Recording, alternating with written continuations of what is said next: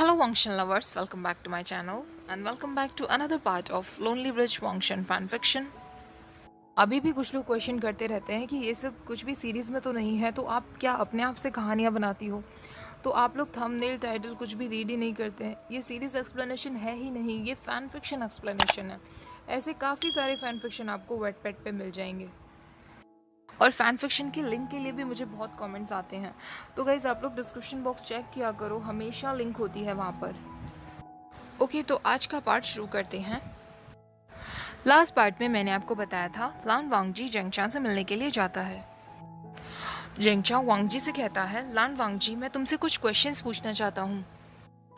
तुम्हें कब रियलाइज हुआ कि वे विशन ने अपनी गोल्डन कोर खो दी है? वांगजी कहता है, जिस दिन जिनलिंग ने उसको स्टेप किया था। अब जेंगचा उससे पूछता है, आंट येने ने मुझे बताया कि वे विशन तुम्हें युनमक क्लान के एंसेस्टर हॉल लेकर गया था। वांगजी कहता है, हाँ, और वहाँ हमने अपने वचन भी लिए, अब हम दोनों हस्बैंड्स हैं। जेंगचा उससे पूछता है, लेकिन तुम्हारी क्लाइंट का क्या वो वे विशन को एक्सेप्ट करेंगे? वांगजी कहता है, मुझे कोई फर्क नहीं पड़ता, अगर वो लोग उसे एक्सेप्ट नहीं करेंगे तो मैं उन्हें रिजेक्ट कर दूंगा। अब मेरी फैमिली सिर्फ वेइंग ही है। ब्रदर वेइंग को एक्सेप्ट करेंगे, शायद अंकल नहीं करेंगे, और अगर ऐसा होता है तो मैं क्लाउड रेसेस छोड़ने के लिए तैयार हूँ। अब जेंगचा उससे पूछता है, तुम्हें कब उससे प्यार हुआ? वांगजी कहता है, क्लाउड रेसेस में लैंटर्न फेस्टिवल वाले दिन। जेंगचा कहता है, इतने लंबे समय से? वांगजी कहता है, हाँ, तब से मैंने बस उसी का इंतज़ार किया है। जेंगचा गिल्टी फील करने लगता है और उससे कहता है, लेकिन वो मेरी वजह से मारा गया। तो वांगजी उससे कहता है, हाँ, और इसीलिए मैं तुमसे नफ़रत करता था, लेकिन मैं अपने आप से और भी ज़्यादा नफ़रत करता था क्योंकि मैं उस समय उसके साथ खड़ा नहीं रह सका। मैं एक बार उसे खो चुका हूँ और अब मैं फिर से उसे खोना नहीं चाहता। अब कुछ समय बाद जेंगचा उससे पूछता है, जेवुजुन ने मुझे बताया था कि तुम्हें टाइगर यिन सील मिली है, क्या तुम उसका इस्तेमाल करने का सोच रहे हो? वांगजी कहता है, मैं तो नहीं, लेकिन शायद वियिंग के पास कुछ आइडियाज़ हैं। अब जेंगचा उससे पूछता है, क्या तुम्हें भी लगता है कि मैंग्याओ ये सब में इन्वॉल्व्ड है? तो वांगजी कहता है, वियिंग ने मैंग्याओ के चैम्बर में रेड ब्लेड मास्टर का सिर रखा हुआ देखा था और वो वही सबको दिखाना चाहता था, लेकिन मैंग्याओ उससे भी एक कदम आगे निकला और वियिंग की सच्चाई सबके सामने आ गई। अब जेंगचा उससे पूछता है, तुम दोनों ड्रीम डेमोन के साथ डील करने का कैसे सोच रहे हो? तो वांगजी कहता है, वियिंग ने मुझसे कहा कि वो ड्रीम डेमोन को अपनी बॉडी में एंटर करने देगा। उसके बाद मैं इंक्वायरी प्ले करके उस डेमोन से क्वेश्चंस करूंगा और उसे ख़त्म करने की कोशिश करूंगा। लेकिन मुझे अभी भी कुछ ठीक नहीं लग रहा है। मुझे लग रहा है कि वियिंग मुझसे कुछ छुपा रहा है, लेकिन वो इतना ज़िद्दी है कि वो मुझे कुछ बताना नहीं चाहता। जेंगचा कहता है, मैं समझता हूँ, मैं उसे बचपन से जानता हूँ, अगर वो कुछ करने का ठान ले तो वो उसे करके ही रहता है। अब जेंगशा उससे पूछता है, हंगुंजुन, क्या तुम प्लीज़ वियिंग से कह सकते हो, मैंने जो भी कुछ आज तक उसके साथ किया है मैं उन सब के लिए बहुत शर्मिंदा हूँ। वांगजी कहता है, मुझे लगता है आपको खुद उससे माफ़ी मांगनी चाहिए। अब मैं वियिंग के पास जा रहा हूँ, वो उठने वाला होगा। ऐसा कहकर वांगजी वहाँ से चला जाता है। जब वांगजी अपने रूम में पहुँचता है तो वो देखता है वियिंग आंट येने से बातें कर रहा था। वियिंग को मुस्कुराता हुआ देख वांगजी भी मुस्कुराने लगता है, लेकिन तभी वो देखता है कि आंट येने के पास में जिनलिंग भी बैठा हुआ था, जिसके हाथ में उसकी तलवार थी, और उसकी मुस्कुराहट तुरंत गायब हो जाती है। उसे वो दिन याद आ जाता है जब जिनलिंग ने वेइंग को स्टैब किया था। वो तुरंत जिनलिंग और वेइंग के बीच में आ जाता है और जिनलिंग को घूरने लगता है। वेइंग उसको सामने से हटाते हुए कहता है, लंजा, तुम ये क्या कर रहे हो? तुम उसे डरा रहे हो, वो यहाँ मुझसे माफ़ी मांगने आया है। आंट येने भी वांगजी से कहती हैं, हंगुंजुन, मैं यहाँ आशियन को मेडिसिन देने आई थी, मुझे माफ़ करना, मुझे नहीं पता था कि जिंगछा ऐसे रिएक्ट करेगा। मैंने उसे आशियन के बारे में बहुत समझाने की कोशिश की, आखिरकार वो दोनों भाई हैं। विंग कहता है, आंट, इसमें आपकी कोई गलती नहीं है, कम से कम अब जिंगछा मुझसे नफरत तो नहीं करता। अब आंट येने मेडिसिन रखकर वहाँ जाने लगती हैं और जाते जाते वो वांगजी से कहती हैं, हंगुंजन, वे विशन का ख्याल रखिएगा, किसी भी तरीके की फिजिकल एक्टिविटी से पहले उसको प्रॉपर आराम की ज़रूरत है। उनके जाने के बाद दोनों ब्लश करने लगते हैं। जिनलिंग कहता है, आंट येने भी ना कुछ भी कह देती हैं, ये तो हंगुंजन को पता ही है कि अंकल की हालत अभी ऐसी नहीं कि वो ड्रीम डेमोन से लड़ सकें। विंग कहता है, जिनलिंग, तुम सच में स्मार्ट हो, लेकिन अब हम कल बात करेंगे, अभी मैं बहुत थक गया हूँ। मैं तुम्हें अपनी और जंगशा की कुछ नॉटी हरकतें बताऊंगा जो हम बचपन में किया करते थे। जिनलिंग अचानक रोने लग जाता है और वेइंग के गले लग जाता है। जिनलिंग उससे कहता है, अंकल क्या आप मुझे मेरी मदर के बारे में भी कुछ बता सकते हैं? वेइंग भी उसे संभालते हुए कहता है, हाँ बिल्कुल, लेकिन अभी तुम्हें चले जाना चाहिए। तभी वांगजी की नज़र एक छोटे से जार पर पड़ती है जिसमें कुछ मेडिसिन भरी हुई थी।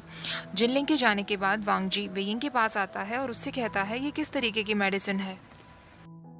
वो ये कहता है, लंजा वो मेडिसिन मैं आज रात नहीं लेने वाला, उसको पीने से मुझे नींद आने लगती है और मैं आज रात को सोना नहीं चाहता। वांगजी उससे कुछ कहने की कोशिश करता है लेकिन वेइंग उसकी गोद में आकर बैठ जाता है और उसे हक कर लेता है। वेइंग उससे कहता है, मैं सच में ठीक हूँ लंजा, मुझे अब इसकी ज़रूरत नहीं है। वांगजी उससे कहता है, वेइंग तुम्हें इतनी जल्दी क्यों है, हम ड्रीम डमोन से डील बाद में भी कर सकते हैं।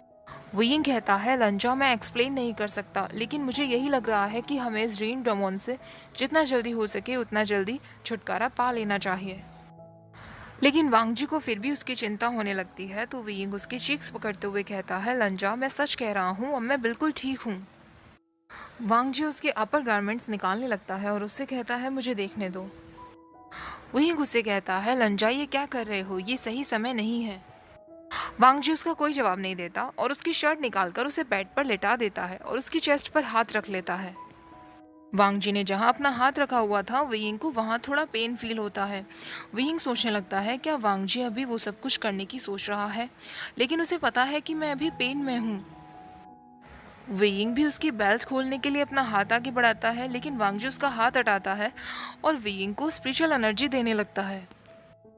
वेइंग उसे रोकता है और उससे कहता है, लंजा मैंने तुमसे कहा ना, अपनी स्पिरिचुअल एनर्जी को मुझ पर वेस्ट मत करो।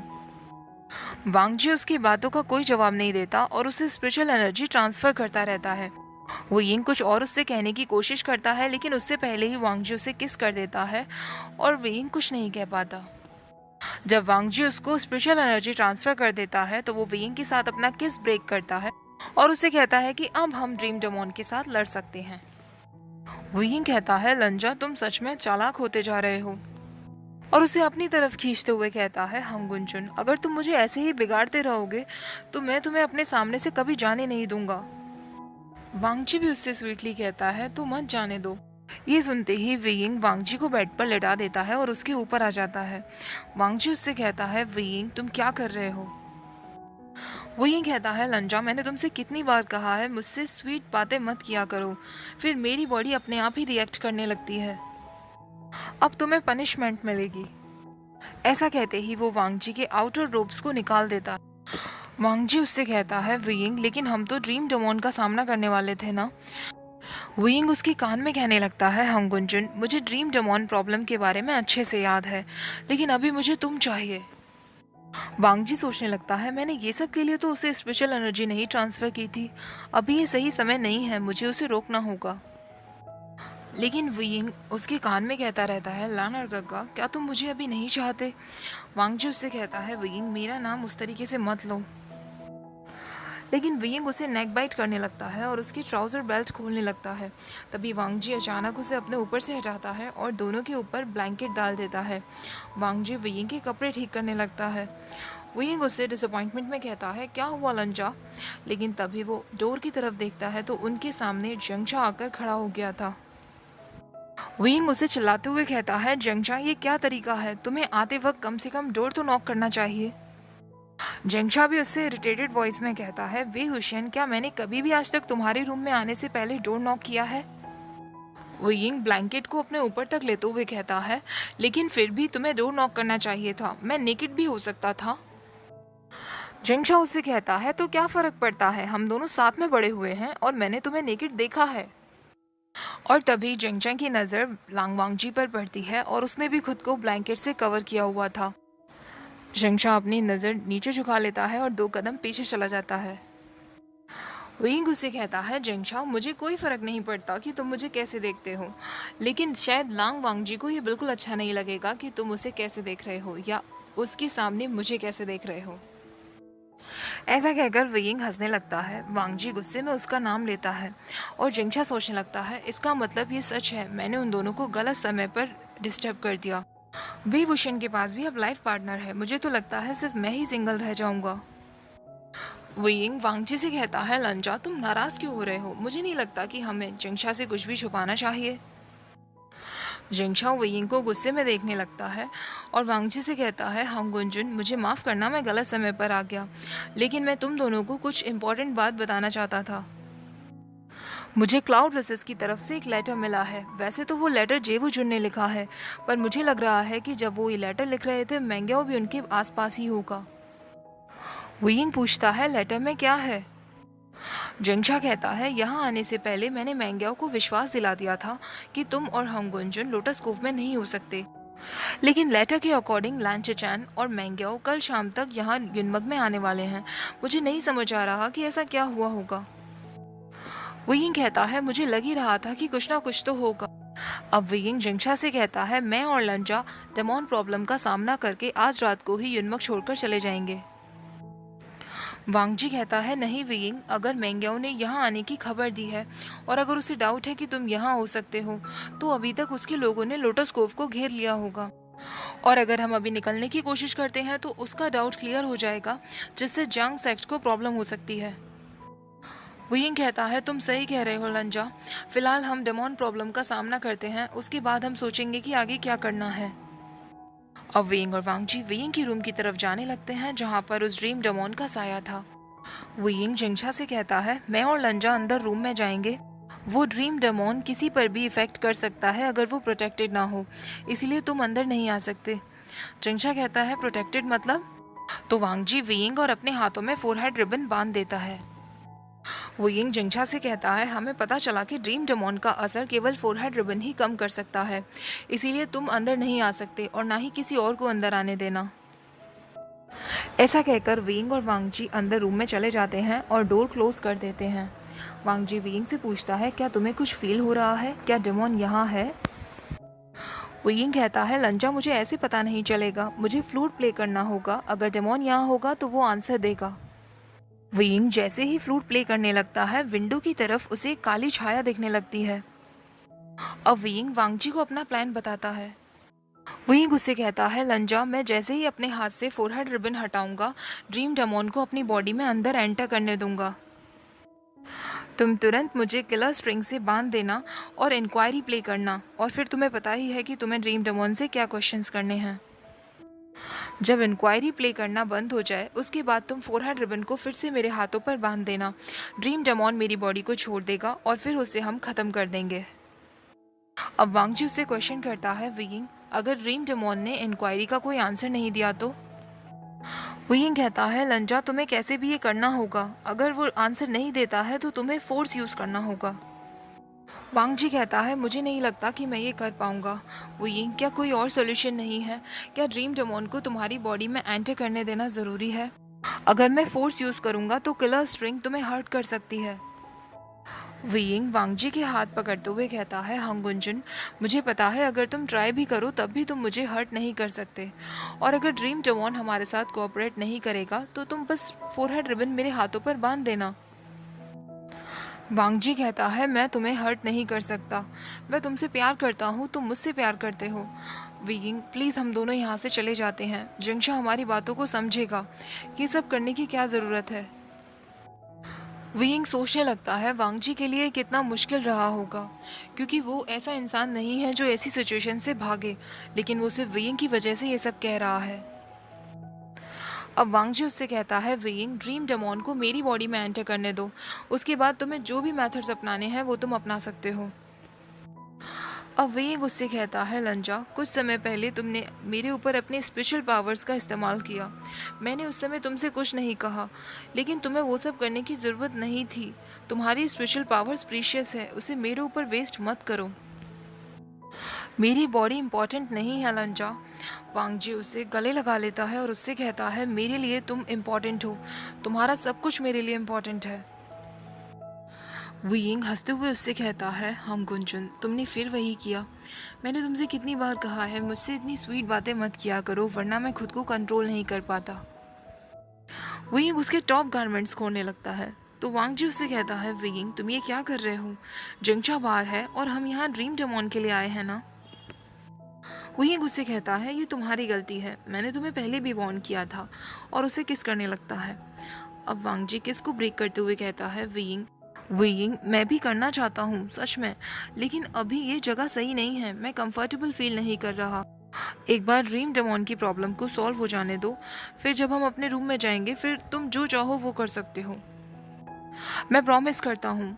वीइंग उससे कहता है, हम गुंजुन अपना प्रॉमिस याद रखना, बाहर जाकर तुम अपने वर्ड से नहीं मुकर सकते। वीइंग वांग जी की ड्रेस को फिक्स करता है और दोनों वापस ड्रीम डेमोन को कैप्चर करने में लग जाते हैं। वीइंग अपने हाथ से फोरहेड रिबन निकाल देता है और फ्लूट पर एक एग्रेसिव ट्यून निकालने लगता है। कुछ समय बाद वीइंग के हाथ से फ्लूट नीचे गिर जाती है। वीइंग की आंखें रोल होने लगती हैं, लेकिन जैसे ही उसकी आंखें नॉर्मल होती हैं वो वांग जी की तरफ स्माइल करने लगता है। वांग जी किलर स्ट्रिंग लेकर उसकी तरफ बढ़ता है, लेकिन वीइंग उसकी तरफ देखता है और स्माइल करने लगता है। दोनों की आंखें मिलती हैं तो वांग जी सोचने लगता है, क्या ये मेरा वीइंग ही है? अगर ये ड्रीम डेमॉन होता तो ये मुझ पर अटैक करता, ये वीइंग ही है। वो ये सब सोच ही रहा होता है कि तभी वीइंग उसकी तरफ आगे बढ़ता है और अपने हाथों से उसके फेस को टच करने लगता है। वीइंग अपनी फिंगर्स वांग जी के लिप्स पर लेकर जाता है और स्लोली उसे बेड पर बिठाता है। वीइंग उसके चीक्स पर किस करने लगता है और उसका कॉलर पकड़कर फोर्सली उसे बेड पर लिटा देता है। वीइंग उसकी नेक को लिक करने लगता है तो वांग जी उससे कहता है, वीइंग हमने डिसाइड किया था ना, अभी नहीं। तभी रूम के बाहर से फेरी के भौंकने की आवाज़ें आने लगती हैं और जिंगछा उससे चिल्लाता है, जिनलिंग तुम्हारा डॉग यहाँ क्या कर रहा है? लेकिन वांग जी नोटिस करता है कि फेरी के भौंकने की आवाज़ से भी वीइंग पर कोई असर नहीं हुआ था, ऐसा पहली बार था। वांग जी समझ जाता है कि ये उसका वीइंग नहीं है और वो तुरंत वीइंग को अपने ऊपर से पुश करते हुए हटा देता है। वांग जी उससे पूछता है, तुम कौन हो? लेकिन वीइंग अपना हाथ वांग जी के नेक पर ले जाता है और उसकी गर्दन दबाने लगता है।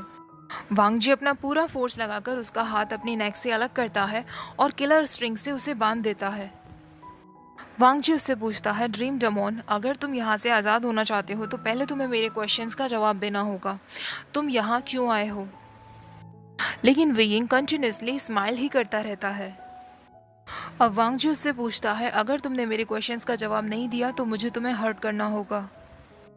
वीइंग की आंखें फिर से रोल होने लगती हैं और जब वो वापस नॉर्मल होती हैं तो अब वीइंग की स्माइल गायब हो जाती है और उसकी पूरी बॉडी पर पसीना आने लगता है। वीइंग पेनफुल वॉइस में कहने लगता है, लंजा इसे मेरी बॉडी से बाहर निकालो, फोरहेड रिबन का इस्तेमाल करो।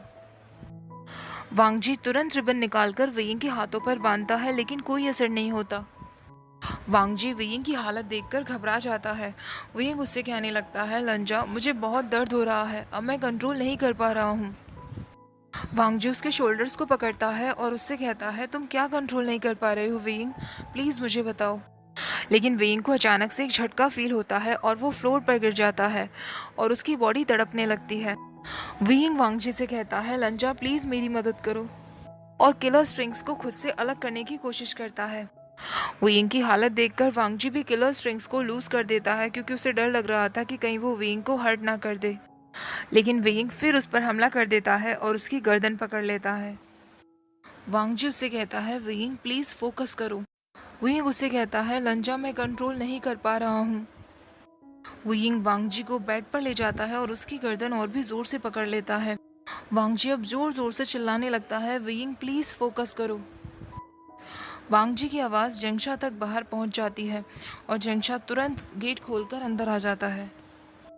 वीइंग को वांग जी के ऊपर देखकर जंगशा सोचने लगता है, कहीं मैं फिर से गलत समय पर तो नहीं आ गया। लेकिन जब वो थोड़ा आगे बढ़ता है तो वो देखता है वीइंग ने वांग जी की गर्दन पकड़ी हुई थी। अब वो वीइंग का हाथ छुड़ाने में लग जाता है, लेकिन वीइंग अपने एक हाथ से ही जंगशा की गर्दन को पकड़कर उसे पीछे की तरफ धक्का दे देता है और जंगशा नीचे गिर जाता है। वांग जी कैसे भी वीइंग के हाथों को अपनी गर्दन से हटाता है। वीइंग की आंखें फिर रोल होने लगती हैं और जैसे ही वो नॉर्मल होती हैं तो उसकी आंखों में आंसू आने लगते हैं। वीइंग वांग जी से गिड़गिड़ाते हुए कहता है, लंजा प्लीज़ किलर स्ट्रिंग का इस्तेमाल करो, मैं तुम्हें हर्ट नहीं कर सकता।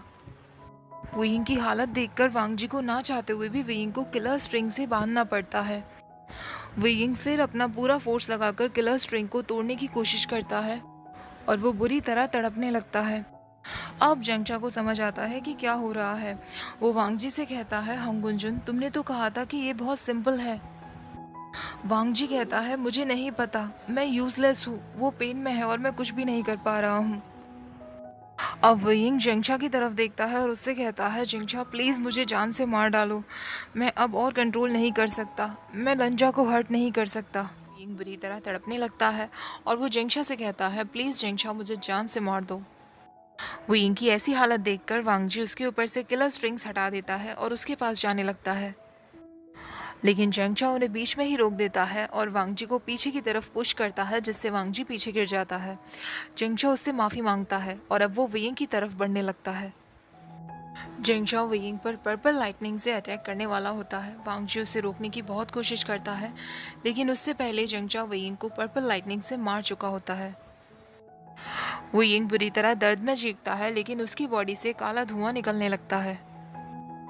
जिंगशा समझ जाता है कि डिमॉन ने वेइंग की बॉडी को छोड़ दिया है। अब जिंगशा वांगजी से कहता है, अभी के अभी इस डिमॉन को खत्म करो, लेकिन वेइंग कहता है, नहीं, अभी इसको खत्म करने की जरूरत नहीं है, अभी इसे बस शांत कर दो।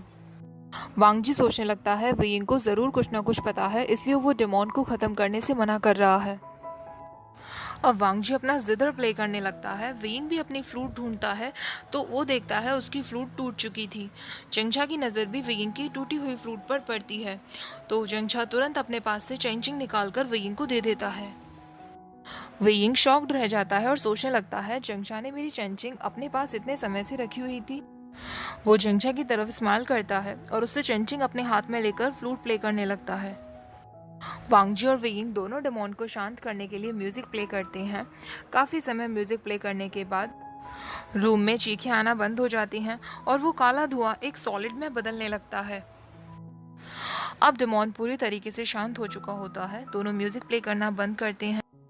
वेइंग की पूरी एनर्जी खत्म हो चुकी थी, उसके हाथ से चेंचिंग फ्लोर पर गिर जाती है और वो भी बेहोश हो जाता है। वांगजी तुरंत घबराते हुए वेइंग को अपनी गोद में उठाता है और उसे बेड पर लिटा देता है। वांगजी भी उसी के पास बैठ जाता है। वांगजी वेइंग को देखते हुए कहने लगता है, वेइंग घायल है, एक बार फिर मैं उसे प्रोटेक्ट नहीं कर पाया। वांगजी की आंखों से आंसू आने लगते हैं जो वेइंग की आइज पर गिरते हैं। वांगजी उन्हें पहुंचते हुए कहता है, वेइंग प्लीज उठ जाओ। धीरे धीरे वेइंग की आंखें खुलने लगती हैं और वांगजी तुरंत उसे गले लगा लेता है। वेइंग उससे कहता है, लंजा मैं ठीक हूँ, तुम्हें मुझे अब छोड़ना होगा, जिंगशा इधर ही देखे जा रहा है, वो सोचेगा कि हम दोनों शेमलेस हैं। तभी जिंगशा वेइंग से कहता है, वे वुशन मुझे माफ़ कर दो, मुझे तुम्हें पर्पल लाइटनिंग से अटैक करना पड़ा। वेइंग कहता है, इसकी कोई ज़रूरत नहीं है जिंगशा, अगर तुमने मुझे हिट नहीं किया होता तो शायद मैं अभी तक मर चुका होता। तभी वांगजी को समझ आता है कि जिडियन में पावर होती है जो आत्माओं को बॉडी से अलग कर सकती है, इसीलिए जिंगशा ने वेइंग को हिट किया था। वांगजी जिंगशा से कहता है, आज आपने 2 जानें बचाई हैं, मैं आपको बता भी नहीं सकता कि वेइंग को ऐसी हालत में देखकर मैं कितना घबरा गया था। जिंगशा समझ जाता है कि वांगजी अपनी और वेइंग की ही बात कर रहा है, क्योंकि अगर वेइंग को कुछ हो जाता तो शायद वांगजी भी नहीं रह पाता। अब जिंगशा उन दोनों से पूछता है, क्या तुम दोनों के लिए इस रूम में आज रात रुकना ठीक रहेगा? वेइंग कहता है, हाँ, फिलहाल के लिए डेमोन शांत हो चुका है, अब वो वापस आने की कोशिश नहीं करेगा। अब जिंगशा वेइंग से कहता है, वे वुशियन तुम्हें काफ़ी चोट लगी है, मैं किसी को भेजता हूँ तुम्हें चेक करने के लिए। तभी वांगजी कहता है, उसकी कोई ज़रूरत नहीं, मैं चेक कर लूँगा।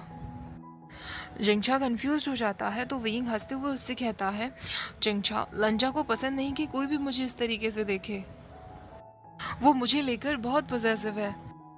जिंगशा उससे कहता है, वे वुशियन तुम सच में बहुत शेमलेस हो, मैं मेडिकल सप्लाईज तुम्हारे रूम में भेजता हूँ। ऐसा कहकर वो वहाँ से चला जाता है। अब वेइंग उठने की कोशिश करता है तो वांगजी उसे मदद करता है। वांगजी अब उस जगह जाता है जहाँ पर वेइंग गिर गया था। वांगजी अपना पाउच निकालता है और उस जगह पर खोलता है, जिससे येन सील उस पाउच में अंदर चली जाती है। अब वांगजी वेइंग की तरफ बढ़ता है और उससे कहता है, तुमने ये कब किया और क्यों किया? वेइंग वांगजी से कहता है, लंजा मुझे माफ़ कर दो, मैं सच में डेमोन से सब कुछ पता कर लेना चाहता था, इसलिए मैंने तुम्हारे पाउच से चुपके से येन सील चुरा ली थी, क्योंकि मुझे पता था तुम तो मुझे ये रिस्क नहीं लेने दोगे। लेकिन मुझे नहीं पता था कि अगर मैं उसके दिमाग में झांकने की कोशिश करूंगा तो इससे उसे और पावर मिल जाएगी। और मैं तुम्हें हर्ट कर बैठूंगा।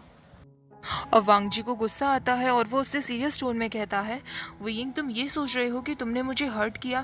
क्या तुम्हें इस बात का आइडिया भी है कि तुम्हारी जान जा सकती थी? वियिंग तुम ऐसी हरकतें क्यों करते हो? वियिंग उससे कहता है, मैं बस यूज़फुल बनना चाहता था लंजा, मुझे माफ़ कर दो, आगे से मैं ऐसी हरकतें नहीं करूँगा। वांगजी सोचने लगता है, तुमने कितनी बार मुझसे प्रॉमिस किया है लेकिन हर बार तोड़ दिया है। लेकिन मैं तुम्हें इसके लिए ब्लेम नहीं कर सकता क्योंकि तुम हो ही ऐसे। तुम हमेशा दूसरों के बारे में सोचते हो। अब वेइंग उसका हाथ पकड़ते हुए कहता है, लंजा मैं तुम्हें कुछ और भी बताना चाहता हूँ। तो वांगजी उससे कहता है, पहले मुझे चेक करने दो कि इस बार तुमने खुद को कितनी चोट पहुंचाई है। वांगजी जैसे ही उसकी शर्ट निकालता है तो उसकी पूरी बॉडी पर किलर स्ट्रिंग के रेड निशान थे। वांग जी की आंखों में आंसू आ जाते हैं और वो उसके निशान को ही टच करता रहता है। तो विंग उसके आंसू पोंछते हुए कहता है, लंजा सच में मुझे हर्ट नहीं हो रहा है। वांग जी को लगने लगता है, ये सब मैंने किया है, मेरी वजह से ही तुम्हारे ऊपर इतने चोट के निशान हैं। विंग उसका फेस अपनी तरफ करते हुए कहता है, लंजा इसमें तुम्हारी कोई गलती नहीं है, प्लीज ऐसा मत सोचो कि ये सब तुम्हारी वजह से हुआ है। लेकिन वांग जी के आंसू आना बंद नहीं होते तो विंग उसे अपनी तरफ खींचता है और उसे किस करने लगता है। वांगजी भी उसे किस करता है और हमेशा की तरह उसके बॉटम लिप को बाइट करने लगता है। लेकिन तभी उसे याद आता है कि वेइंग हर्ट है और वो तुरंत उससे अलग हो जाता है। वेइंग उससे कहता है, लंजा क्या हुआ? वांगजी उससे कहता है, आज रात नहीं। अब वांगजी उसे टर्न करता है और उसकी बैग पर जिडियन का निशान देखता है। वेइंग उससे कहता है, लंजा अब हमारी बैग पर मैचिंग निशान है। तुम्हें मुझे बैग पर अच्छे से किस करना चाहिए, फिर मुझे पेन फील नहीं होगा। वांगजी को अब उसका पागलपन बर्दाश्त नहीं होता और वो उस पर साइलेंसिंग चार्म लगा देता है। विंग कुछ नहीं कह पाता और उसे गुस्से में देखने लगता है। वांगजी स्माइल करता है और उसके चीक्स पिंच करते हुए कहता है, जितनी जल्दी तुम अपनी पागलपन भरी बातें बंद कर दोगे उतनी ही जल्दी मैं साइलेंसिंग चार्म हटा दूंगा। तभी उनके डोर पर नॉक होता है और वांगजी तुरंत विंग को शीट से ढक देता है। वो लड़का चू वहां आता है और सारी मेडिसिन वांगजी के हाथों में देकर वहां से चला जाता है। वांगजी वेइंग के सारे वाउंड्स को ट्रीट करने लगता है और वहाँ मेडिसिन लगाता है।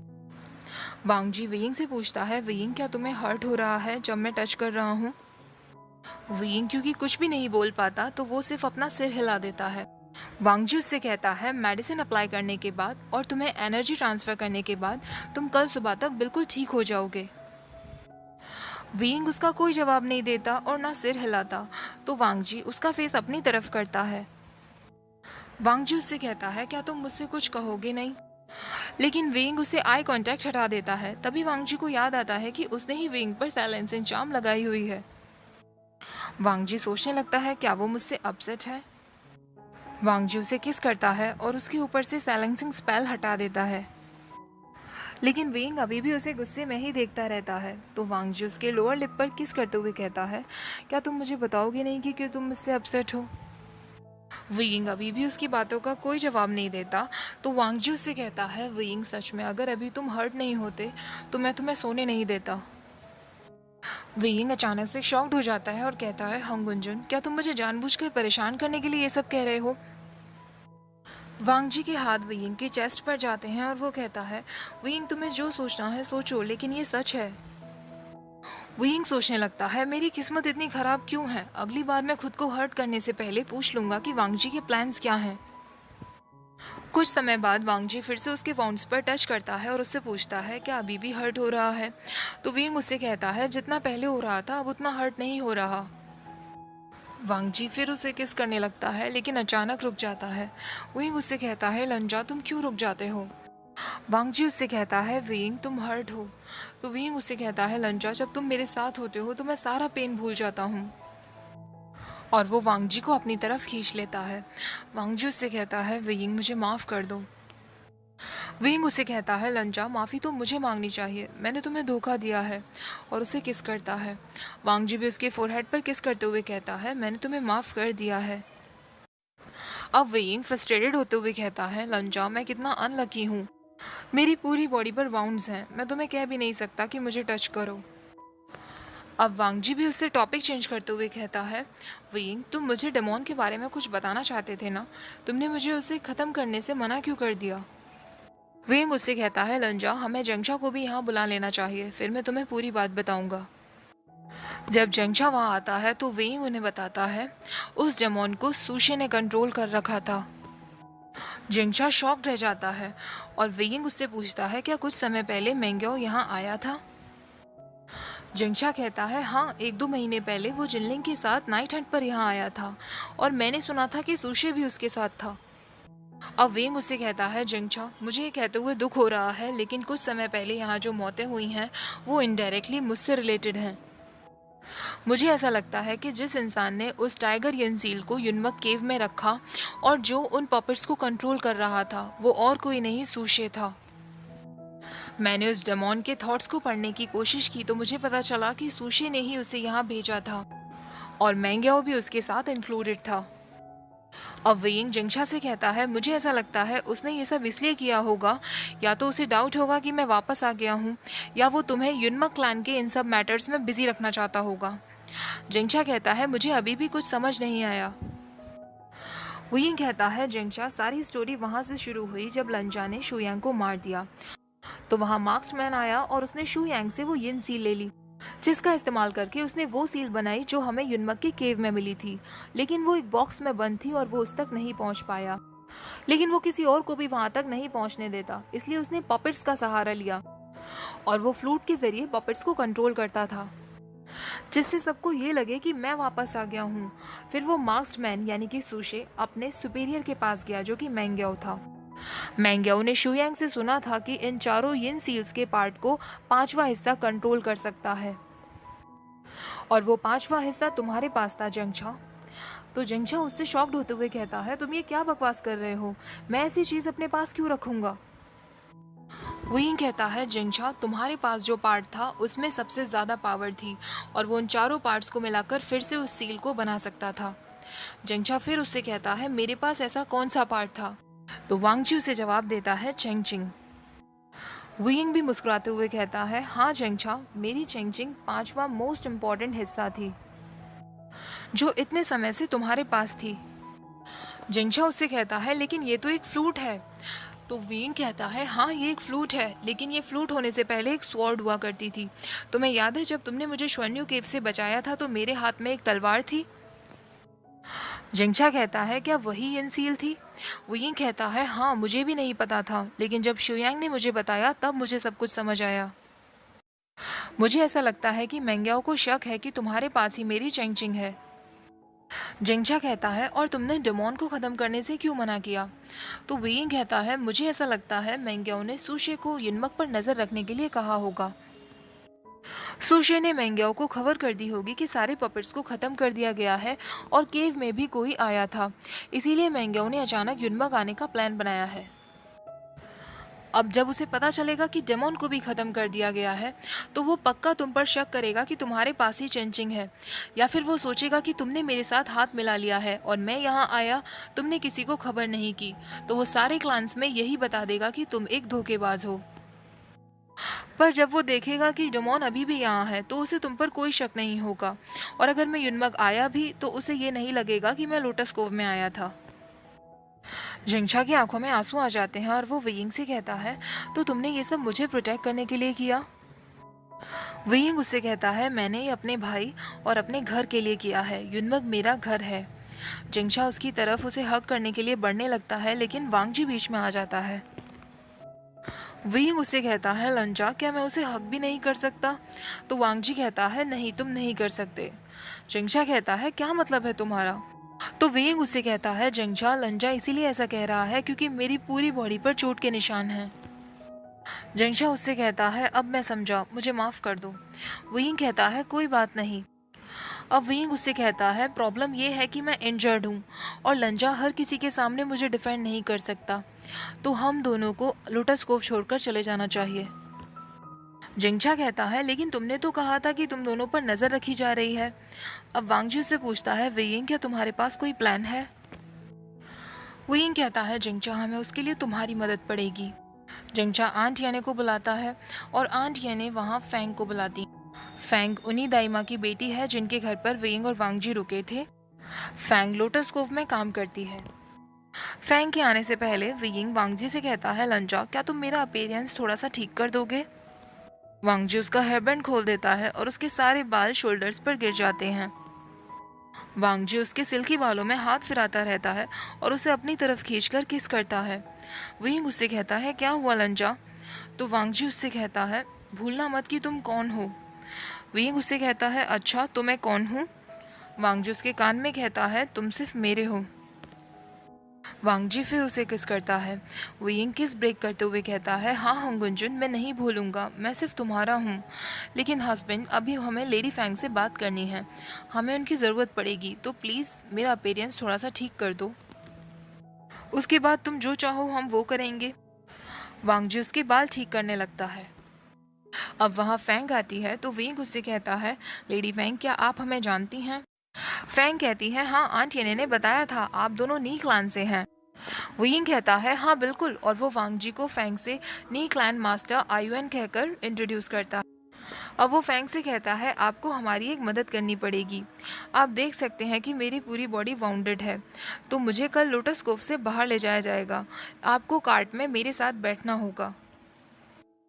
अगर कोई भी रास्ते में कार्ट रोकने की कोशिश करता है और आपसे पूछता है कि मैं कौन हूँ, तो आपको बस इतना जवाब देना है कि क्लान लीडर जैंग को मुझ पर शक था और इसीलिए उन्होंने लोटस कोव से मुझे निकाल दिया है। फैंग ये सब करने के लिए मान जाती है। अब विंग उसे कहता है, लेडी फैंग हम तीनों कुछ डिस्कस करना चाहते हैं। तो फैंग वहाँ से बाहर चली जाती है। विंग कहता है, मैं आज रात को नहीं निकल सकता क्योंकि लोगों को शक हो सकता है। कल सुबह ही जंगछा तुम मुझे लोटस कोव के कुछ लोगों द्वारा कार्ट में भिजवा दोगे और मेरे साथ लेडी फैंग रहेंगी। अब वो वांगजी से कहता है, लंजा तुम्हें तो पता ही है ना कि हम यहाँ कैसे आए थे, तुम्हें उसी रास्ते से वापस जाना है। जेंगछा उससे कहता है, वियिंग तुम किस रास्ते की बात कर रहे हो? तो वियिंग कहता है, जेंगछा ये मेरे और हंगुन जुन के बीच का सीक्रेट है। अब जेंगछा उससे पूछता है, वियिंग यहाँ से जाने के बाद तुम कहाँ जाओगे? वियिंग कुछ समय तक कोई जवाब नहीं देता। तो वांगजी कहता है, म्याम्या के घर। वियिंग कहने लगता है, ये म्याम्या कौन है? वांगजी सोचने लगता है, उसने म्याम्या के लिए अपनी चेस्ट पर इतना बड़ा निशान ले लिया था और अब उसे याद भी नहीं कि म्याम्या कौन है। इसका मतलब वो उसके लिए इम्पोर्टेंट नहीं है, मैं फालतू ही सोचता रहता था। ये सब सोचकर उसके फेस पर स्माइल आ जाती है। वियिंग भी सोचने लगता है, आखिर ये म्याम्या कौन है, और उसका नाम लेते ही वांगजी के फेस पर स्माइल क्यों आ गई। वांगजी कहता है, म्याम्या वही लड़की है जिसके लिए तुमने अपनी चेस्ट पर हॉट आयरन का निशान लगवा लिया था। वो अब एक सिंपल लाइफ जी रही है, उसका हस्बैंड कोई कल्टीवेटर नहीं है और अब उसका किसी भी सेक्ट से कुछ भी लेना देना नहीं है। वो तुम पर उस समय काफ़ी ट्रस्ट करती थी, तो मेरे ख्याल से उसके घर जाना ठीक रहेगा। वो ये कहता है, हाँ लंजा ये ठीक रहेगा, हम कुछ समय उसके घर रहेंगे और जब मैंगाओ यहाँ से चला जाएगा तो हम युद्मक छोड़ देंगे। अब जंगशा उससे पूछता है, लेकिन तुम्हारे जाने के बाद हम दोनों कम्युनिकेट कैसे करेंगे? वांगजी कहता है, क्लैन लीडर जांग मैं आपको लैंड कोड ऑफ कम्युनिकेशन सिखा सकता हूँ, लेकिन वो तभी वर्क कर सकता है या तो आपने लैंड क्लैन में ही शादी की हो या आप कोई लैंड क्लैन मेंबर हो।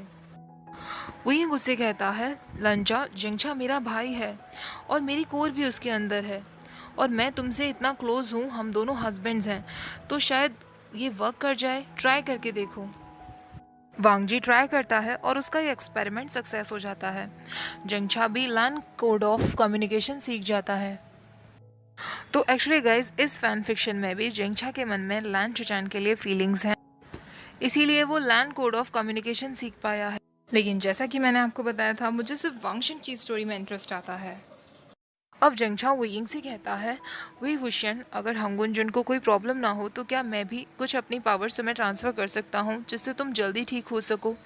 मुझे पता है तुम्हारे हस्बैंड ने ऑलरेडी ये कर दिया होगा, लेकिन फिर भी मैं ट्राई करना चाहता हूँ। वेइंग अचानक से ब्लश करने लगता है और वांगजी से कहता है, लंजा तुमने हमारे बारे में जिंगछा को बता दिया? जिंगछा कहता है, हाँ वेबुशियन मुझे सब पता है, हांगुन जुन ने मुझे सब बता दिया है और मैं तुम दोनों के लिए बहुत खुश हूँ। अगर आज शिजियो होती तो वो भी बहुत खुश होती। जिंगछा अपनी कुछ एनर्जी विंग को ट्रांसफ़र कर देता है और वो उन दोनों से कहता है कि मैं आंट येने को बता दूंगा कि तुम दोनों कल यहाँ से निकलने वाले हो, और वो डोर की तरफ जाने लगता है। लेकिन वो वापस रूम में आता है तो वो देखता है विंग शर्टलेस बैठा हुआ था और वांगजी उसके पास था। वांगजी उससे कह रहा था, विंग ट्रांसफर्ड एनर्जी तभी अच्छे से वर्क करेगी जब तुम अपनी कोर पर कंसंट्रेट करोगे। और उसके चीक्स को सहला रहा था। जिंगशा को एक्चुअली ये सब देखते हुए लैन चेचैन की याद आ रही थी। विंग जिंगशा को देखता है और उससे पूछता है, जिंगशा क्या हुआ? तो जिंगशा उससे कहता है, कुछ नहीं, मैं बस कल के बारे में सोच रहा था। अब वांगजी वियिंग को और भी ज्यादा स्पिरिचुअल एनर्जी ट्रांसफर करने लगता है। वियिंग को फील होने लगता है कि उसका पेन अब कम होने लगा है और उसे काफी अच्छा लगने लगता है। लेकिन जैसे ही वो अपनी आंखें खोलता है तो वो देखता है वांगजी के चेहरे पर पसीना आने लगा था। विंग उससे कहता है, लंजा अब बस करो, तुम्हारी तबीयत खराब हो जाएगी। लेकिन वांगजी उससे कहता है, नहीं अभी नहीं। जिंगशा भी चिल्लाते हुए कहता है, लान वांगजी, वियिंग के वाउंड्स ठीक हो चुके हैं। अगर तुम ज्यादा प्रेस करने की कोशिश करोगे तो तुम्हारी बॉडी को हार्म हो सकता है। लेकिन वांगजी सारी बातें इग्नोर करता है। अब विंग उसे जोर से चिल्लाते हुए कहता है, लंजा अभी के अभी रुको प्लीज, मैं ठीक हूँ अब। वांगजी अभी भी जब उसकी बातों का कोई जवाब नहीं देता तो वियिंग को अब गुस्सा आने लगता है और वो जिंगशा से कहता है, जिंगशा प्लीज कुछ समय के लिए इधर मत देखना। और वो वांगजी को अपनी तरफ खींचता है और किस करने लगता है। इससे पहले कि जिंगशा वियिंग की बात कुछ समझ पाता, वो उन दोनों को वो सब करते हुए देख लेता है और वहां से ब्लश करते हुए चला जाता है। क्योंकि वांगजी स्पेशल एनर्जी देना बंद नहीं कर रहा था, इसलिए वियिंग उसे किस करने लगा। जिंगशा ने ये सब देख लिया और वो ब्लश करते हुए वहां से चला गया। विंग और वांगजी साथ में स्पेशल टाइम स्पेंड कर ही रहे थे। तभी विंग को याद आया, वांगजी ने जैसे ही म्याम्या का नाम लिया था तो उसके फेस पर एक स्माइल आ गई थी। ऐसा क्यों हुआ था? विंग वांगजी से ये बात पूछना चाहता था, लेकिन वांगजी की सारी अटेंशन फिलहाल विंग को किस करने में लगी हुई थी और वो उसे नेक पर किस किए जा रहा था। विंग ने वांगजी की अटेंशन अपनी तरफ खींचने के लिए उसके बाल खींचते हुए उससे कहा, लंजा मेरी बात पर ध्यान दो। फाइनली वांगजी ने उसकी तरफ देखा। विंग उसे चिढ़ाते हुए कहने लगता है, मैंने कभी नहीं सोचा था प्योर एंड नोबल हंगुन जिन भी ऐसी हरकतें कर सकता है। वांगजी शर्म के मारे अपनी आंखें झुका लेता है। अब विंग उसका फेस अपनी तरफ करते हुए कहता है, लंजा अभी कुछ समय पहले जब तुमने म्याम्या का नाम लिया था तो तुम स्माइल क्यों कर रहे थे? वांगजी उससे कहता है, उसके बारे में बात मत करो। विंग थोड़ा सा सैड हो जाता है और वांगजी का ध्यान फिर अपनी तरफ करते हुए कहता है, क्यों लंजा, क्या तुम उसके लिए फीलिंग्स रखते थे? वांगजी सीधे उसकी आंखों में देखते हुए कहता है, कभी नहीं, मेरे दिल में हमेशा सिर्फ तुम रहे हो। अब वांगजी उसकी शर्ट निकालता है और उसे पिंच करता रहता है, कभी उसकी नेक पर तो कभी उसकी वेस्ट पर। तो विंग उसे कहता है, लंजा मैं तुम्हारा जिदर नहीं हूँ। तो वांगजी उसके कान में जाकर कहता है, लेकिन मैं आज प्ले करना चाहता हूँ। विंग उससे कहता है, लंजा क्या तुमने अभी मेरे साथ फ्लर्ट किया? तुम इतने शेमलेस हो गए हो। अब विंग वांगजी को अपनी तरफ खींचता है और उसके फोरहेड पर किस करते हुए कहता है, लंजा मैं तुम्हें कुछ बताना चाहता हूँ।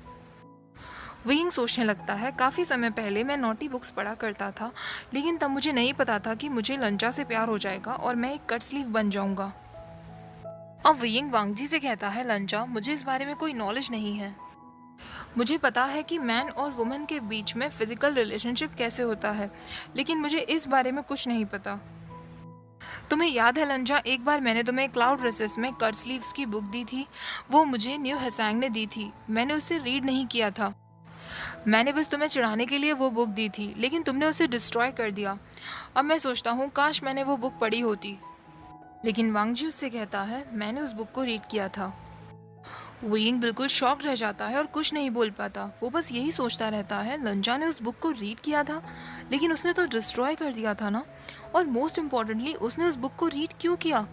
इसका मतलब इतने समय से वो मुझे पसंद करता था। तो गाइज यहाँ पर आपको भी थोड़ा सा शॉक लगा होगा ना कि वांगजी बुक रीड करा करता था, वो भी गे पॉर्न बुक्स। तो एक्चुअली मैंने भी इस चीज़ को कंफर्म करने के लिए टम्बलर पर एक आर्टिकल पढ़ा था। मुझे नहीं पता उसमें कितनी सच्चाई है, लेकिन मो शंग तोंगशू यानी जिन्होंने मोदो उजुशी नोवेल लिखा था, उनसे भी एक उनके इंटरव्यू में पूछा गया था कि वांगजी को कैसे पता था गे पॉर्न के बारे में। वो इतना प्योर नोबल माना जाता था, उसे ये सब बारे में कैसे पता? तो उन्होंने भी अपने इंटरव्यू में ये बात बताई थी कि वांगजी सीक्रेटली उस तरीके के बुक्स को रीड किया करता था। आप देख सकते हो स्क्रीनशॉट में क्वेश्चन पूछा गया था उनसे, why is it the pure and noble Lan Wangji who knows the way of Longyang. Longyang एक चाइनीज वर्ड है जो मेल होमोसेक्सुअलिटी के लिए यूज किया जाता है। तो MXTX यानी मोशंग तोंगशू ने ही जवाब दिया था। वांगजुन यहाँ उन्होंने हंगुनजुन के लिए यूज किया है। Wangjun is cold outside but passionate inside and obviously he did it in secret. तो आजकल के अकॉर्डिंग तो मोशंग तोंगशू ने भी यही कहा है कि वांग जी सीक्रेटली पढ़ा करता था उस तरीके की बुक्स। अब ये आजकल सच है या नहीं ये तो मुझे भी नहीं पता गाइस, मैंने कहीं पढ़ा तो मैंने आपको बता दिया। ओके, तो आगे की स्टोरी शुरू करते हैं। तो वियिंग को जब ये रियलाइज़ होता है कि वांग जी कितने लंबे समय से उसे पसंद करता था, वियिंग वांग जी को अपनी तरफ खींचता है और दोनों एक दूसरे को किस करने लगते हैं। अब वियिंग वांग जी की तरफ देखता है तो वांग जी काफ़ी टायर्ड दिख रहा था, उसकी बॉडी पर पसीना था। वियिंग सोचने लगता है उसने मुझे अपनी काफ़ी सारी स्पिरिचुअल एनर्जी ट्रांसफ़र कर दी, इसीलिए वो थक गया होगा। वियिंग फिर वांग जी को अपनी तरफ खींचता है और उसे किस करने लगता है। वियिंग सोचने लगता है काश मेरे पास मेरी कोर होती तो मैं भी तुम्हारे लिए वो सब कर पाता जो तुम मेरे लिए इतना कुछ कर रहे हो। अचानक से वियिंग को अपनी बॉडी में हीट और कोल्ड एक साथ फील होने लगता है। उसे समझ नहीं आता कि उसके साथ क्या हो रहा है। वांग जी उससे अलग होता है और उससे पूछता है वियिंग तुम्हें कैसा फील हो रहा है। वियिंग कहता है मुझे समझ नहीं आ रहा लंजा, और तभी उसकी नज़र अपने हाथ पर पड़ती है और वो अपनी पूरी बॉडी देखता है, उसकी बॉडी ग्लो करने लगी थी। एक ब्लू लाइट उसकी बॉडी के आसपास इकट्ठी हो गई थी। तभी अचानक उसे अपने बैक पर एक अजीब सी सेंसेशन फील होती है और वो वांगजी से कहता है लंजा क्या तुम मेरी बैक चेक कर सकते हो। मुझे ऐसा लग रहा है कि कुछ मुझे टच हो रहा है, पहले मैं सोच रहा था कि वो तुम्हारे टच की वजह से है। वांगजी उसके बैक पर वहाँ जहाँ विप मार्क्स थे वहाँ पर हाथ फिराते हुए कहता है क्या तुम्हें कुछ फील होता है जब मैं यहाँ टच कर रहा हूँ तो। वही कहता है नहीं लंजा, अब मुझे बिल्कुल भी हर्ट नहीं हो रहा है। अब वांगजी उससे कहता है वियिंग प्लीज़ अपनी तलवार को बुलाने की कोशिश करो। तो वियिंग उससे कहता है लंजा तुम्हें पता है वो मैं नहीं कर सकता। तो वांगजी उससे कहता है प्लीज़ वियिंग एक बार मेरे लिए ट्राई करो। वियिंग अपनी आंखें बंद करता है और जैसे ही अपनी तलवार बुलाता है तो उसके हाथ में बीचन आ जाती है। वांगजी ये देखकर स्माइल करने लगता है, लेकिन वियिंग घबरा जाता है। वियिंग उससे पूछता है लंजा तुमने क्या किया है, बीचन मेरे हाथ में कैसे आ गई। वांगजी मुस्कुराते हुए उससे कहता है तुम्हारी बैग से पर्पल लाइटनिंग का निशान पूरी तरीके से जा चुका है। लेकिन वियिंग फिर उसे गुस्से में पूछता है लंजा पहले मेरी बातों का जवाब दो, बीचन मेरे बुलाने पर कैसे आ गई। वांगजी उससे कहता है वियिंग क्योंकि ये तुम्हें लांगवांगजी समझती है। वियिंग तुम्हारी बॉडी की कोर को एक्टिवेट किया जा सकता था और जब मैंने तुम्हें अपनी स्पेशल एनर्जी ट्रांसफ़र की तो मेरी कोर से तुम्हारी कोर एक्टिवेट हो गई है। वियिंग को याद आता है जब वो जेंगछा की कोर को ठीक करने के बारे में बुक्स पढ़ रहा था तो उसने एक जगह पढ़ा था अगर गोल्डन कोर बॉडी में पूरी तरीके से इनविजिबल हो चुकी है, लेकिन अगर उसका कुछ हिस्सा भी अगर बॉडी में है तो उसे पुनर्जीवित किया जा सकता है। एक स्ट्रॉन्ग कल्टिवेटर ट्रांसफर एनर्जी द्वारा वीक कल्टिवेटर की गोल्डन कोर को एक्टिवेट कर सकता है, लेकिन अगर लिमिट से ज़्यादा एनर्जी को ट्रांसफ़र किया गया तो उसकी कोर भी वीक कल्टिवेटर की हो जाती है और उस कल्टिवेटर के सारे स्पिरिचुअल वेपन्स वीक कल्टिवेटर की कॉल का ही जवाब देते हैं। वियिंग को लगने लगता है कि वांगजी ने अपनी कोर उसे ट्रांसफ़र कर दी है। उसे बहुत दुख होता है और वो वांगजी को खुद से अलग करता है और गुस्से में वहाँ से चला जाता है। वांगजी उसे बुलाता रहता है लेकिन वियिंग उसकी बातों का कोई जवाब नहीं देता। वियिंग सोचता रहता है तुमने मुझे अपनी कोर दे दी, तुम्हारी हिम्मत कैसे हुई हंगुनजुन, तुमने मुझे धोखा दिया है। वांगजी लोटस पॉन्ड के पास जाता है जहां वियिंग बैठा हुआ था। वांगजी उसे टच करने की कोशिश करता है लेकिन वियिंग उसका हाथ हटा देता है और उससे कहता है मुझे टच मत करो। वांगजी उससे कहता है वियिंग क्या हुआ, प्लीज़ मुझसे बात करो। लेकिन वियिंग कहता है मुझे तुमसे कोई बात नहीं करनी, मुझे तुम्हारा फेस भी नहीं देखना, यहाँ से चले जाओ। अब वांगजी को गुस्सा आता है, वो सोचने लगता है तुमने मुझसे कहा भी कैसे कि मैं तुम्हें छोड़कर चला जाऊं, तुम मेरे हो। और वो गुस्से में वियिंग को गोद में उठाता है और अपने रूम की तरफ ले जाने लगता है। वियिंग उससे कहता है लंजा मुझे नीचे उतारो अभी की अभी। लेकिन वांगजी को बहुत ज़्यादा गुस्सा आने लगा था और जब वो रूम में आते हैं वियिंग फिर उससे कहता है लंजा मुझे नीचे उतारो। तो वांगजी ऐसे ही उसे छोड़ देता है और वियिंग सीधे फ्लोर पर गिर जाता है। वांगजी हमेशा से वियिंग के लिए जेंटल रहा है, लेकिन इस तरीके का बिहेवियर देखकर वियिंग भी सरप्राइज हो जाता है। वियिंग उठने की कोशिश करता है लेकिन वांगजी उसका कॉलर पकड़ता है और उसे वॉल पर पुश करता है। वांगजी गुस्से में उससे कहता है तुमने अभी मुझसे क्या कहा था। तो वियिंग भी उससे कह देता है मैंने तुमसे कहा कि मुझे तुमसे कोई बात नहीं करनी और तुम मुझे टच भी मत करो। लेकिन तभी वांगजी उसे टच करने लगता है और उसकी शर्ट खोल देता है। वांगजी उसे टीज करने लगता है और उससे कहता है क्या अब भी तुम चाहते हो कि मैं तुम्हें टच ना करूं। वांग जी उसे नेक पर बाइट करने लगता है तो विंग उससे कहता है, तुम मेरे लिए और कितना सेक्रीफाइस करोगे लंजा। वांग जी फिर उसे गुस्से में कहता है, मैं जो भी कुछ करता हूँ हमारे लिए करता हूँ। और फिर दोनों के बीच में डेली नाइट एक्टिविटीज होती हैं। विंग वांग जी के चेस्ट पर सिर रखकर सो रहा होता है, लेकिन तभी वांग जी को बटरफ्लाई के जरिए लांच चैन का मैसेज मिलता है। वांग जी खुद को क्लीन करता है और कपड़े पहनता है और वो जेंगशा से मिलने के लिए चला जाता है। लान चैन को भी मैंग्याओ और सुशी के प्लान के बारे में पता चल गया था, क्योंकि उसने उन दोनों को क्लाउड रिसेस में बात करते हुए देख लिया था। वांग जी कहता है, जंग वाई हैं, ब्रदर चाहते हैं कि कल जब मैंग्याओ और वो यहाँ आए तो आप उन्हें पूरी तरीके से इग्नोर करें, वरना मैंग्याओ को आप पर शक हो जाएगा। और आपको जिनलिंग को भी समझाना होगा कि उसने जो भी कुछ यहाँ होते हुए देखा वो किसी से भी शेयर ना करे। ब्रदर को शक है कि मैंग्याओ ने अपने लोगों को लोटस कोव पर नजर रखने के लिए भेज दिया है। सुबह यहाँ से निकलने से पहले मैं और वेइंग आपसे मिलकर जरूर जाएंगे। ऐसा कहकर वांगजी वहाँ से चला जाता है।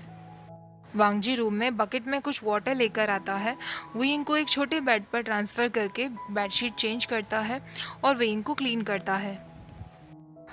वेइंग नींद में उठने लगता है तो वांगजी उससे कहता है, तुम्हें अभी सो जाना चाहिए, मैं तुम्हें वार्म वाटर से क्लीन कर दूंगा, तुम्हें अनकंफर्टेबल फील नहीं होगा। ऐसा सुनकर वेइंग स्माइल करता है और फिर से सो जाता है। अब सुबह सनराइज होने से पहले वेइंग की आंखें खुलती हैं। वो बाहर की तरफ देखता है तो बाहर अभी भी अंधेरा था। उसकी नजर अब वांगजी पर पड़ती है। वेइंग उसके फोरहेड पर किस करता है और सोचने लगता है, लंजा, हमेशा इतने प्रॉपर और इतने एलिगेंट खुद को कैसे मैनेज करते हो तुम। वांगजी भी धीरे धीरे आंखें खोलने लगता है तो वेइंग उसकी लिप्स पर किस करते हुए कहता है, अभी सुबह नहीं हुई है। लेकिन वांगजी सोता नहीं है, बल्कि वेइंग को अपनी तरफ खींचते हुए और उसे किस करने लगता है। तो वेइंग उसके चेस्ट पर हाथ रखते हुए उसे पीछे करता है और उससे कहता है, लंजा, क्या रात तुम्हारे लिए काफी नहीं थी, अभी तुम थके नहीं हो। वांगजी उससे कहता है नहीं, और उसके हाथों को पकड़ते हुए उसके ऊपर आ जाता है। तो वेइंग हंसते हुए उससे कहता है, लंजा, तुम काफी हैवी हो, तुम्हें अब सो जाना चाहिए, वरना तुम्हारे आंखों के नीचे डार्क सर्कल्स हो जाएंगे, फिर यूनमक की लड़कियां तुम्हें देखेंगी तो अपसेट हो जाएंगी। ये सुनकर वांगजी वेइंग की वेस्ट पर पिंच करता है। तो वेइंग उससे कहता है, तुमने मुझे पिंच क्यों किया। वांगजी उससे कहता है, उनके बारे में बातें मत करो। वेइंग देखता है कि वांगजी की आंखों में अभी भी नींद भरी हुई थी। तो वेइंग उससे कहता है, लंजा, तुम अभी भी स्लीपी हो, तुम्हें सो जाना चाहिए। वांगजी स्माइल करता है और वेइंग की चेस्ट पर अपना सिर रखते हुए सो जाता है। अब सुबह सनराइज से पहले जेंगचा तैयार हो जाता है और वेइंग वांगजी का इंतजार करता रहता है, जैसा कि उन्होंने डिसाइड किया था। लेकिन 1 घंटे बाद भी वो दोनों अपने रूम से बाहर नहीं आते। जेंगचा को गुस्सा आने लगता है और वो सोचता है, वे वुशियन, तुम्हारी इतनी हिम्मत, तुम मुझे इंतजार करवा रहे हो। लेकिन उसकी हिम्मत उन दोनों के रूम में जाने की नहीं पड़ती, क्योंकि उसके दिमाग में वही सीन आ जाता है जब उसने उन दोनों को इंटीमेट होते हुए देख लिया था। तो वो गुस्से में जिनलिंग के रूम में चला जाता है। जिनलिंग उससे कहता है, अंकल, अभी सुबह भी नहीं हुई है, आप मुझे इतनी जल्दी उठाने क्यों आ गए हैं। जेंगचा उससे कहता है, वे वुशियन ने कहा था कि उसे अपने प्लान में शायद तुम्हारी भी ज़रूरत पड़ सकती है, लेकिन अगर तुम नहीं उठना चाहते तो मैं उससे मना कर दूंगा। ये सुनते ही जिनलिंग तुरंत उठकर तैयार हो जाता है, क्योंकि अब उसके फेवरेट अंकल सीनियर वे हो चुके थे। सनराइज के बाद अब फाइनली वेइंग की आंखें खुलती हैं, लेकिन वो देखता है कि वांगजी उसके पास नहीं था। वांगजी कुछ दूरी पर मेडिटेशन कर रहा था। वेइंग को याद आता है कि रात को वेइंग गोल्डन कोर को लेकर वांगजी से बहुत अपसेट था और फिर उन दोनों के बीच में क्या हुआ था। वो वांगजी के पास उठकर जाता है और उसके चेस्ट पर हाथ रखता है। उसे एक स्ट्रॉन्ग फोर्स फील होता है। इसका मतलब वांगजी के पास अभी भी उसकी गोल्डन कोर थी। वेइंग मुस्कुराने लगता है और वांगजी को पीछे की तरफ धक्का देते हुए उसकी गोद में जाकर बैठ जाता है और उससे कहता है, लंजा, तुमने मुझे क्यों नहीं बताया कि तुम्हारे पास अभी भी तुम्हारी गोल्डन कोर है। वांगजी कहता है, मैंने कभी भी नहीं कहा था कि मैंने अपनी गोल्डन कोर खो दी है वेइंग। क्या इसी बात को लेकर तुम रात को मुझसे नाराज थे। मुझे माफ कर दो वेइंग, मैंने तुम्हें डरा दिया। वेइंग उसके लैब से नहीं उठता और उसे गले लगा लेता है। अब वांगजी उससे कहने लगता है, वेइंग, हमें लोटस कोव छोड़कर भी जाना है, अब हमें उठना चाहिए। लेकिन वेइंग उससे कहता है, मैं तुम्हें अभी नहीं जाने दूंगा, तुमने रात को जो मुझे डराया उसका तुम्हें भुगतान करना पड़ेगा। और वेइंग उसे किस करने लगता है। अब वांगजी भी उसे गोद में उठाता है और बेड पर ले आता है। वांग जी जल्दी ही वेइंग की शर्ट निकाल देता है, लेकिन जैसे ही उसके हाथ उसकी ट्राउज़र बेल्ट पर जाते हैं तभी डोर पर नॉक होता है और जिनलिंग कहता है, सीनियर अंकल आप अंदर क्या कर रहे हैं। ये सुनकर वांग जी को बहुत गुस्सा आने लगता है और वेइंग उसका फेस पकड़ते हुए हंसते हुए कहता है, सॉरी लंजा। जिनलिंग कहता है, अंकल मैं रूम में आ रहा हूँ। लेकिन वांग जी तभी डोर पर एक स्पेल लगा देता है और वेइंग से कहता है उसे बाहर वेट करने दो। और वांग जी फिर वेइंग को बेड पर पुश करते हुए और उसे किस करने लगता है। और जैसा कि अब उसकी आदत में आ चुका था, वो वेइंग को नेक पर बाइट करने लगता है और उसके वेस्ट पर पिंच करता है। तभी बाहर से आवाज़ आती है। जिनलिंग जिंगशा से कहता है, अंकल शायद वो लोग जा चुके हैं। जिंगशा उससे कहता है, नहीं वो लोग ऐसे नहीं जा सकते, हमें कुछ डिस्कस करना था, तुम डोर नॉक करते रहो।